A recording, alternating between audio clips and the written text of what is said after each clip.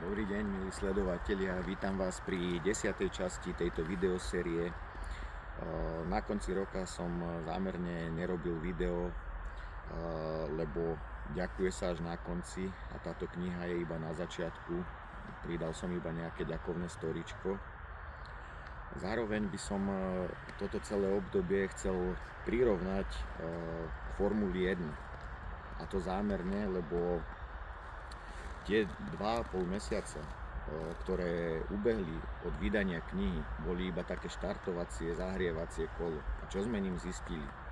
Že monopost je pripravený dobre, pneumatiky sedia, čo znamená, že obsah knihy je pripravený dobre a kniha stojí pevne. Ďalej by som povedal, že počasie nám praje.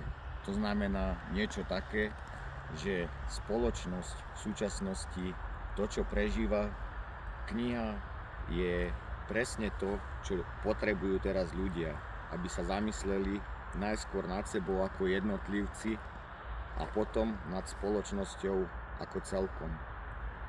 A v neposlednom rade ste tu potom vy, diváci, alebo respektíve publikum, ktoré nemusí nič riešiť, iba zobrať knihu a prežiť tento zážitok s knihou.